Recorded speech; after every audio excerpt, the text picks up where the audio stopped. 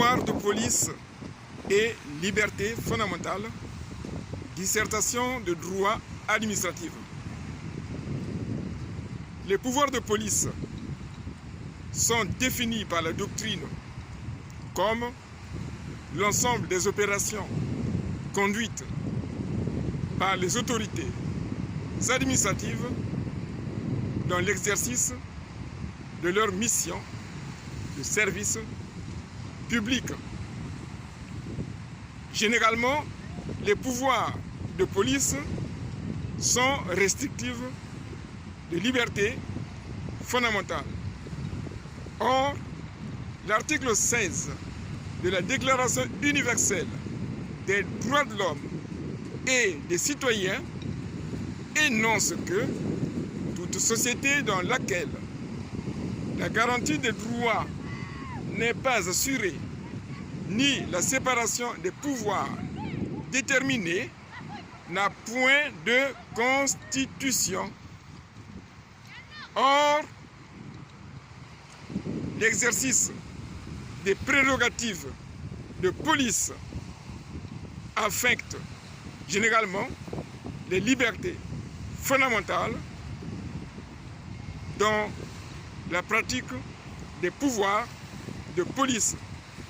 C'est en ce sens que ce sujet présente un intérêt d'ordre doctrinal et pratique, notamment la difficulté de concilier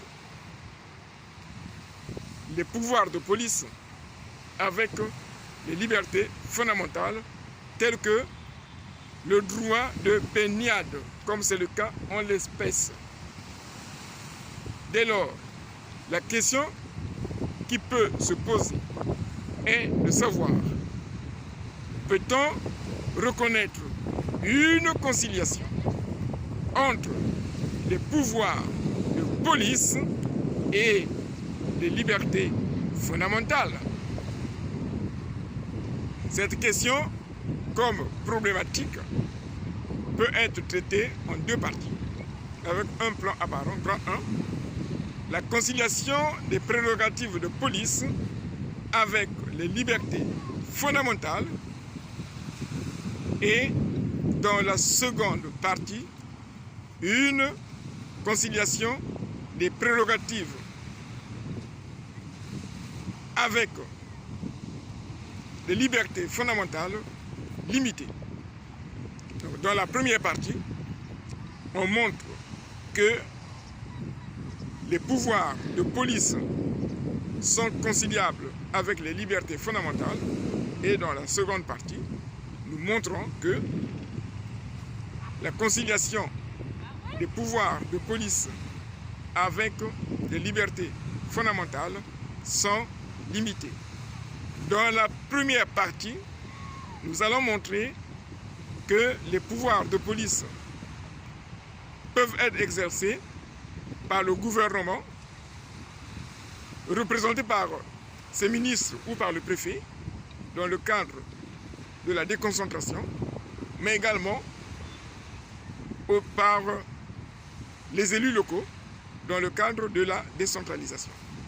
Dans le A, on peut présenter l'exercice des pouvoirs de police du gouvernement, fondé sur la Constitution et les articles 34 et 37 de la Constitution, qui consacrent le principe de la séparation des pouvoirs et qui leur donnent le pouvoir de prendre des mesures de police susceptibles de restreindre momentanément l'exercice des libertés fondamentales, et dans le grand B, montrer les prérogatives de police du maire qui peuvent également restreindre les libertés fondamentales dans le cadre de leur pouvoir de police. Dans la seconde partie, on montre les limites de cette conciliation. Grand A, on montrera le contrôle du juge administratif à partir duquel il annule les décisions prises dans le cadre des prérogatives de police et qui restreignent les libertés fondamentales, en démontrant que le juge administratif a le pouvoir d'annuler certaines décisions administratives ou des actes administratifs pris dans le cadre des pouvoirs de police, mais qui sont attentatoires aux libertés fondamentales. Là, on montre que la conciliation est limitée, puisque ici, le juge peut sanctionner certaines décisions par l'annulation.